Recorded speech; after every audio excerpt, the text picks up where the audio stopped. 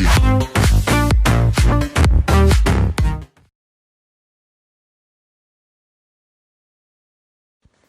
Whoa.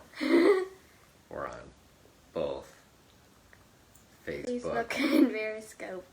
and Periscope. This is sweet. Okay. Time to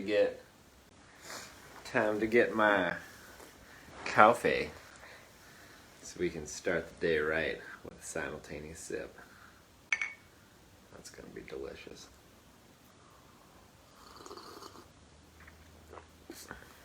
So how about this? How about you watch the Facebook one and I'll watch the Periscope one. Does it make... And then that way the people on Periscope will think that you're distracted. And the people on Facebook will think I'm distracted. What do you think? Is that a good idea? Or we could look in the general direction of both. We could look between them and then everybody watching will just be like, are they looking at us? No, because the camera is kind of faced in the middle for Periscope. Oh, yeah. Good point. Well, today we have an interesting question. It's actually the greatest question ever. And the question is why? And we want to talk about the question why. Because it's the greatest question ever. We use this question in a variety of ways. Well, okay, what are we talking about? So I'll give you an example. So we've been working with a lot of young people trying to convince them that writing is awesome, okay? That's probably like the single biggest extracurricular activity that we have, is talking to young people, trying to get them to write, okay? So we actually worked up an example of how the question why works really well in making that happen. And I'll let Sume demonstrate. Oh, I'm going to pretend to be a little kid. And by little, I mean like, I don't know, 10. That's not really that little. Little would be like baby. Big kids. Sorry, go ahead. Okay. All right, so you're going to interview me, and she's going to convince me that I love writing and I want to write about stuff using the question why. What are you interested in? I love Minecraft. Why? Wow. That's a really good question. I should think deeply about why I like Minecraft. And then write about it. See? It works great. It actually does work really well. That was kind of a mock example. Yeah. We did we actually shared this on our, the Makeshift Homeschool podcast. We did this interview with a guy named Gavin. He's like 9, I think, right? Mm-hmm. And we did the same thing. We just asked him why. We just kept asking him the question why. And he just kept diving deeper and deeper and deeper into a thought process of why he liked the movie Harry Potter. Mm-hmm. And then, you know, he came up with some really cool ideas. And then he wrote about it. And it was sweet. So. Mm-hmm. Yeah, I think it's also because when people just say things, like if a thought just pops in their mind and then they just say it. One just popped. When you ask them why, they kind of have to like go back a little bit and think about the reasonings that happened before that thought and before they said what they said, and then it can become like really interesting because when they just say a thought,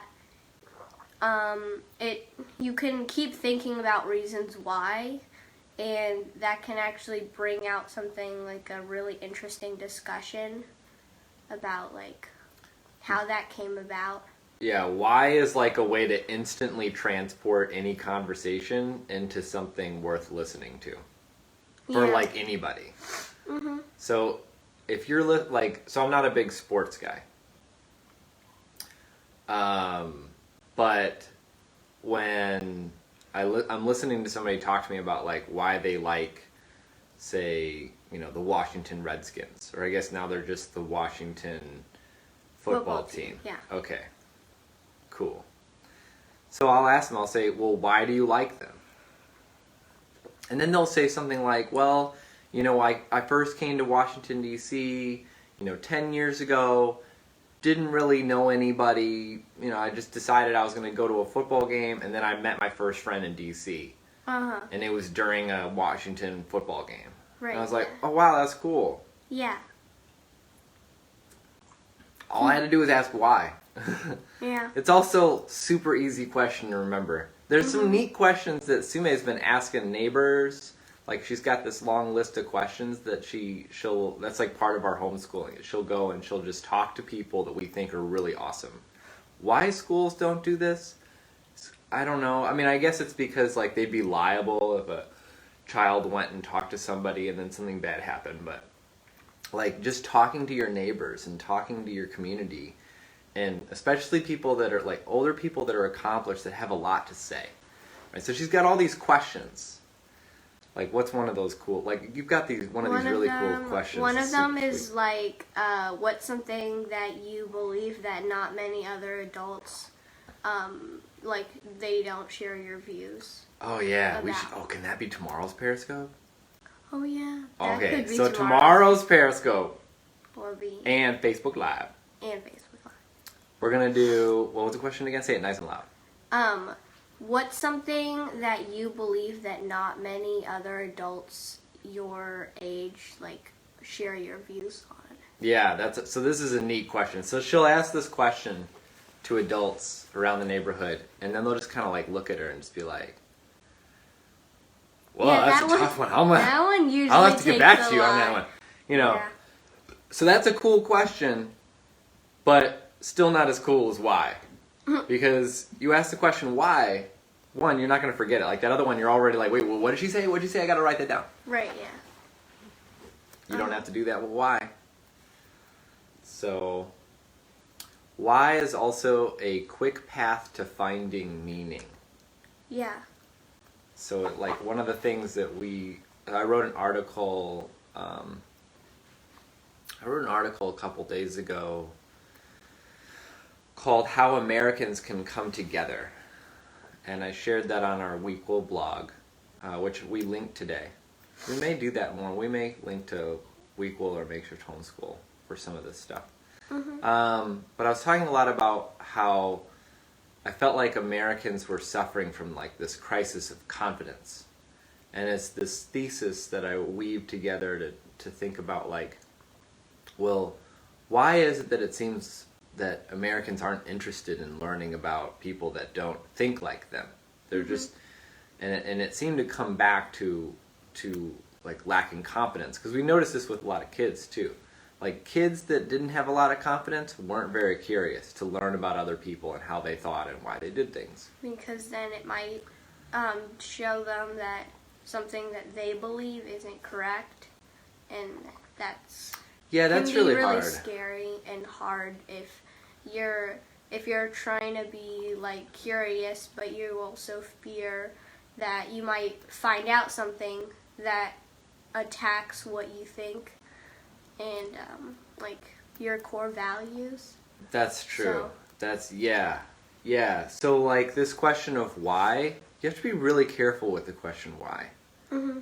The question of why can take you to really scary places if you're not in a good place mentally to go there. Mm-hmm. So there's also a lecture by I think he's like the Harvard philosophy like senior university professor or something. He gives a really amazing introduction to philosophy. Yeah. And what he basically says is, in this class, what I'm going to do is I'm going to take you on a journey. And in that journey, you're going to go all over, but you're going to come right back to where you started. And for the first time, actually know where you are. Mm-hmm. And I was like,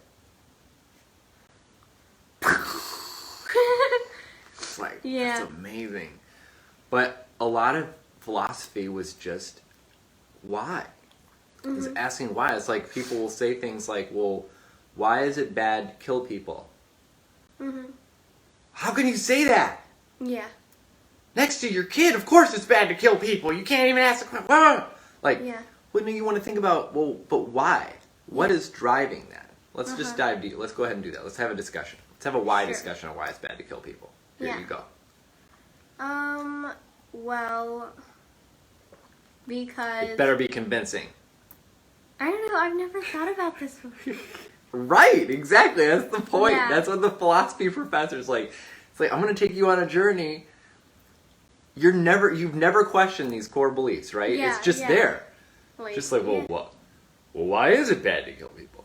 Uh-huh. I mean, I know it's bad to kill people, but why? Right. Yeah.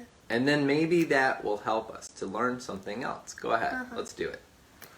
Um. Makeshift homeschool. Making it up right now. Because you like living.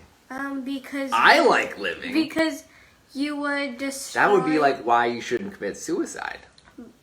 It would because you would destroy all the outer connections they have with everyone else, and that could like make other people very sad and stuff. Create sadness. Yeah. Well, Okay. because even though it's like one person, it's going to impact a bunch of other people as well. Okay. So it creates sadness.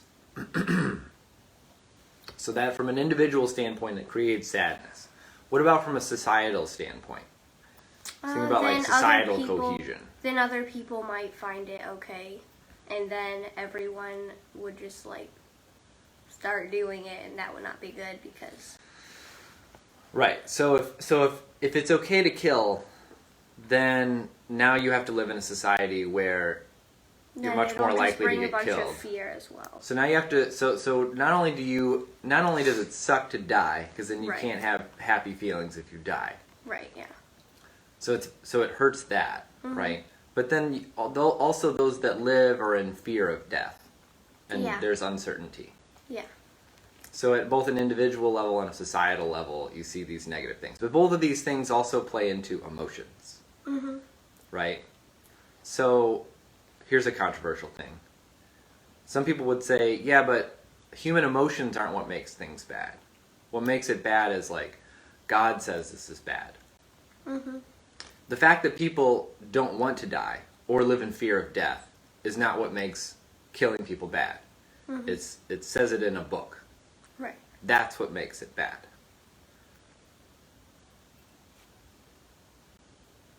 So which is it? Right. Can something be self-evidently bad? Why? Why is it bad? Is it because of, emotional reasons that we can all see? This is self-evident from our own life experience. We can see that this is bad. Or is the reason why killing people is bad is because it says so in a book? Right. Mm-hmm. This also, is it Hanlon's razor or Occam's razor? They're both so good, but you're thinking of Occam's razor. Oh, is that like, if you're looking at the reason why something is the case, usually the simplest reason is that it's the case. Like if someone Both. trips, if someone like, Flutter Uh, voice is both. if someone trips somewhere, then you could say, oh, well, maybe they just tripped on a rock. Or, An alien came down and Yeah. put a magical stick in the way. yeah, and then they tripped over the magical stick. And it's like, It's probably the it's magical stick. probably the first one, not the magical stick. But, but just because it's simpler, and you can always think of like all these complicated ways why something happened. Mhm. But not that one, that mental model could. Sure. It's more of a strategy. But right? why? Why is Occam's razor usually right that the simplest explanation is more often correct or proven out to be correct? Um. Hey, yeah. I guess also because I watched this TED Talk about like lying. I actually watched multiple TED Talks about lying. It was really interesting. But it was like when people lie, they tend to give like details in unnecessary places. Like if someone's like being interrogated and like they're like, oh well, what did you do at this certain time? Like where were you and stuff, then they would tend to like give unnecessary details at like unnecessary places that didn't really get anybody anywhere, just to try to make it sound more real. Like, oh look, I put in this detail someplace that makes it more real. Whereas if you were not lying, you would just be like, okay, well I did this and I was at this place. That's it. And that was it. Like that was what I did. What do you want from me? So, and it's also, I guess that might be one reason, is that if someone is lying about something, then they would tend to put unnecessary details. Sure, but what if you're talking about scientists that aren't trying to they're not trying to lie. They're simply trying to explain, right? And you have a more complex explanation and then you have a simpler explanation. Part of me thinks that the simpler explanation should actually be the one that's more likely to be wrong. And the reason why is because human beings have this bias towards stories. Right. We love simple explanations. Yeah. We love narratives. And we oversimplify the world. Right. And latch onto these patterns. It's That's basically true, because we're pattern recognition machines. And so I would initially think that these simpler explanations would actually be the ones that are more likely to be wrong. Well, we could try to find an example or the more complicated one. Yeah. But it seems like... Well, there is, people have looked into this already, and I just can't remember any super good examples. But here's the reason why the simpler explanations turn out to be right more often. And it's because the simpler explanations make fewer assumptions. Oh, And you know what happens when we make assumptions? Right. We make an out of you and me, right? Yeah. So Yeah, because why with the... don't get out of the lab. With the one with the alien that placed a magical stick, you're assuming that there are aliens. Yeah, you have to assume there are there's magical aliens. sticks. And there's magical sticks, and that they would trip over a magical stick. I mean, if you're gonna have a magical stick, it probably should be like magical in a way where people don't trip over it. Yeah, that'd be useful. That's another assumption. So anyway, why is a great question. Mm-hmm. But yeah, the Occam's razor is helpful too. Yeah. But even just let's back up a little bit and talk about meaning. Mm-hmm. Because I think that this is one of these things. I didn't get into it. One of the things that my wife said after I wrote the article, How Americans Can Come Together, is she was like, well, you didn't get into a discussion about meaning and purpose, which I think there's a good segue there, because when you're talking about competence and this question of like how competence-based, the core thesis of the article is saying that one cannot be curious if they're not confident. Mm-hmm. And this is probably the most important insight that I've had about human nature my whole life. And I only got it from having all these discussions with young people. A lot of them with Sume, where we're just interviewing these young people and trying to figure out, well, why is it that some of these young people, like a small fraction of them, were just ready to go, boom. They're just like, in terms of curiosity, they were just exploding. Yeah. But some of them needed, it's almost like they needed permission, they needed to be propped up and told, you're a powerful person, you can do amazing things, you have permission now to just go crazy and think about what you find interesting and then share it. And just giving them some of that encouragement, and then as soon as they had that, then all of a sudden, boom, they were off to the races. Why? You know, like, and it seemed to be this curiosity, or this confidence thing, kind of holding them back a little bit. They just didn't even know that they were powerful people that had a voice. So once they had it, then they became curious. And I think it has to do with, like, where's the focus? You know, the focus, is the focus inside where you're constantly just like worrying and defending your own ego, and if you are and you're just using up all that mental space to do that and thinking internally about, just selfishly pursuing whatever, immediate desire you have, and also protecting, your self-image, and if you're just doing that, then you can't even get outside of your head to go think about the world, right? Mm-hmm. But there's another part of that motivation, though, I think. So one can be curious, but one can also be confident and maybe not really care very much about learning, right? And I hadn't explored that as much. I think it's because kids just naturally do it. Like, kids are programmed almost, it just seems, to, if they're confident, then they want to be curious. Mm-hmm. Whereas you can find plenty of adults that are confident but just don't care. Right, yeah. They're just going to get to a point where they're just like, whatever. Yeah. And so there I think there's a discussion about purpose, and purpose and meaning does seem to be, well, I think that the why question is one in which one can delve into that and start to probe where one derives meaning and purpose. Yeah. So, like, you could ask me, or I could ask you, I'd be like, well, why do you keep waking up at 7 o'clock every morning, making coffee and dragging your dad's butt out of bed? Like, why do you do that? 'Cause you're clearly motivated. But what's motivating you? Well, I like doing the Periscope. And because I also, after the Periscope, My ears are warm. I teach Isla and Benjamin Flutter, and I like. Why? Well, because it's great. It helps me learn Flutter more, and because I just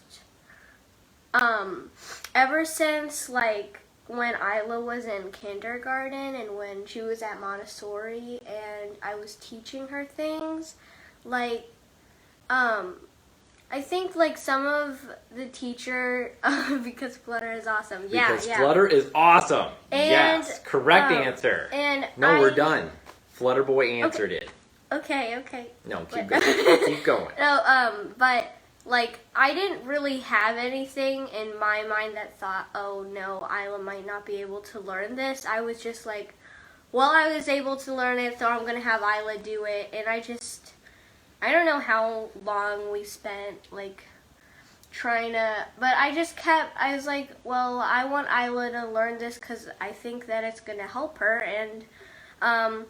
and we would just spend a really long time just trying to teach her how to do certain things, and it's so, kind of rewarding when you spend, 2 hours trying to teach someone something and then they finally get it, and it's kind of, that it was kind of frustrating, but it was also worth it because now they know that, and it's great. But so it's purely selfish. You just do it because it makes you feel good. Not necessarily. Just kidding. But because when Isla was in Montessori, when she was in preschool, I was trying to teach her multiplication, and she just learned addition and subtraction, and so she was having a really hard time with that, which is so I just taught her the lattice method instead because it was kind of a little more simpler. But then she was doing multiple digit multiplication with the lattice method. All right, so it's kind of you have to work around it. Let's keep digging because I really want to understand this motivation. You want to know why. Yeah. You're so motivated, and you're very motivated. So I feel like there's a good test case here where it's if we're going to try to understand motivation and meaning and how this fits in with this whole model about finding competence and then being curious. Yeah. That competence is the necessary condition, and then that enables curiosity. But directing that curiosity depends on how one derives meaning and purpose. Mm-hmm. And so you derive, like, you're a very curious person, and you're also just very industrious, right, in terms of driving these things. But so one of the reasons why is that you're very motivated by this feeling of accomplishment and helping somebody like learn something. You love you're a teacher. You love teaching. You loved. I mean, you're a big reason why Isla knows how to read. Daddy was off in Chicago, being a workaholic. And so what else is there though? Like, I feel like there's more there. I also think it's that as for like makeshift homeschool, I think the transformation for me when I wrote the article Sapiens was something that was like really powerful for me because it gave me a sense of like worth where I had a voice that people would actually want to listen to if I communicated something meaningful. And just because I'm a kid, if I say something that makes sense and people actually take the time to listen, then they're going to realize that, well, maybe she knows something about this topic. And that was something that I thought was really meaningful for me, and giving that to other people was, I don't know, it wasn't really necessarily teaching, but it was helping someone develop a sense of confidence, and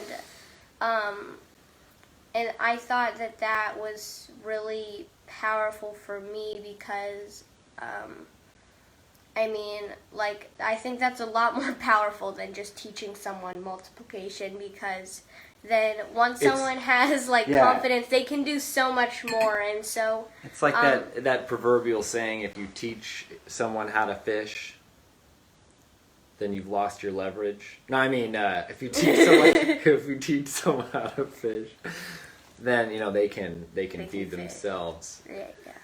Yeah. No, I mean, I derive a lot of that. I mean, that's a big reason why I love what we are doing with Makeshift Homeschool, in part because it's such a great excuse for me to want to help empower young people to want to do cool stuff. Yeah. Because I felt like I didn't necessarily get a lot of that myself. Yeah. When I was a kid, I kind of wasted a lot of my childhood playing video games and never really realizing that I could do cool stuff. And that I had this super brain that could learn so fast. Yeah. Like, that was one thing I did right with you and your sisters. I sat you down when you were super little, like, like, little. Like, we're talking, like, 3 years old, and I'm like, you have an amazing brain. They're like, what's a brain? Like, your brain is what's in your head, and it makes you super. And they're like, okay, Dad. And we're just like, use that. Teach a man to fish. Yeah, that's right. Eat for, Flutter Boy, you got it right. But there's another saying about the proverbial teach a man to fish. And then, and that saying is that if you give a man a fish, then he eats. And if you teach a man to fish, then you've lost your leverage. Which is, you should look that one up.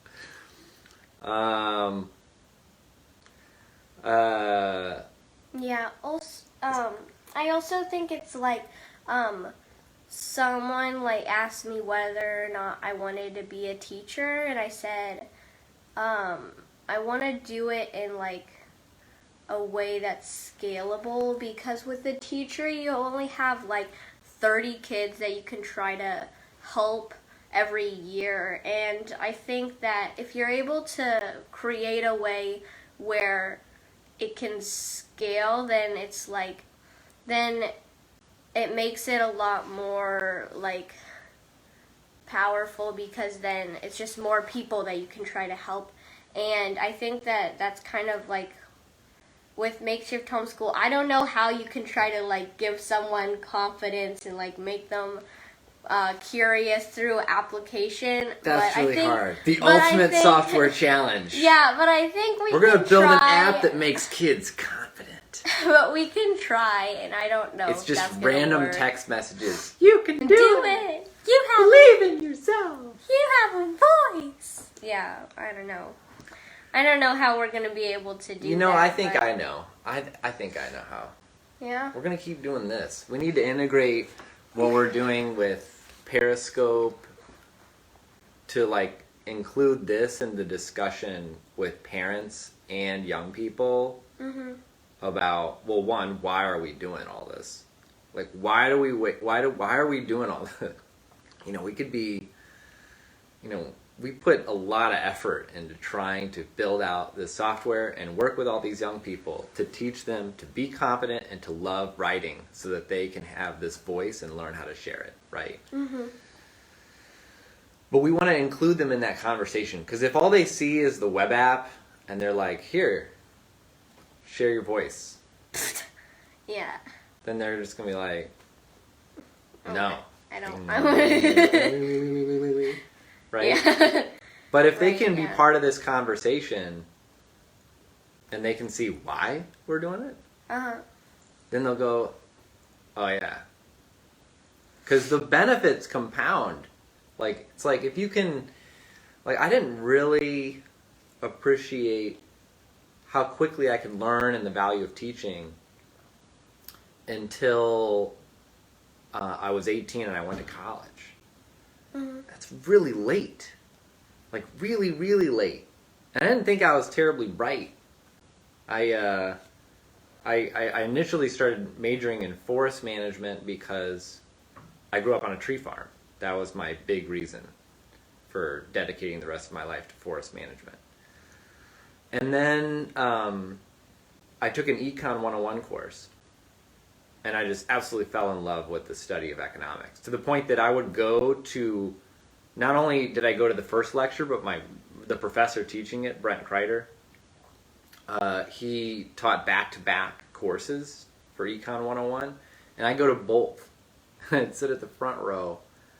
And then afterward, there was a supplemental instruction course taught by a graduate student. And I'd go to both of those, too. And I knew the material so well that, like, I was like studying it ahead of time. Like, I couldn't, like, I was like reading the book, you know, to see what was coming. Just like mind-blowing concepts.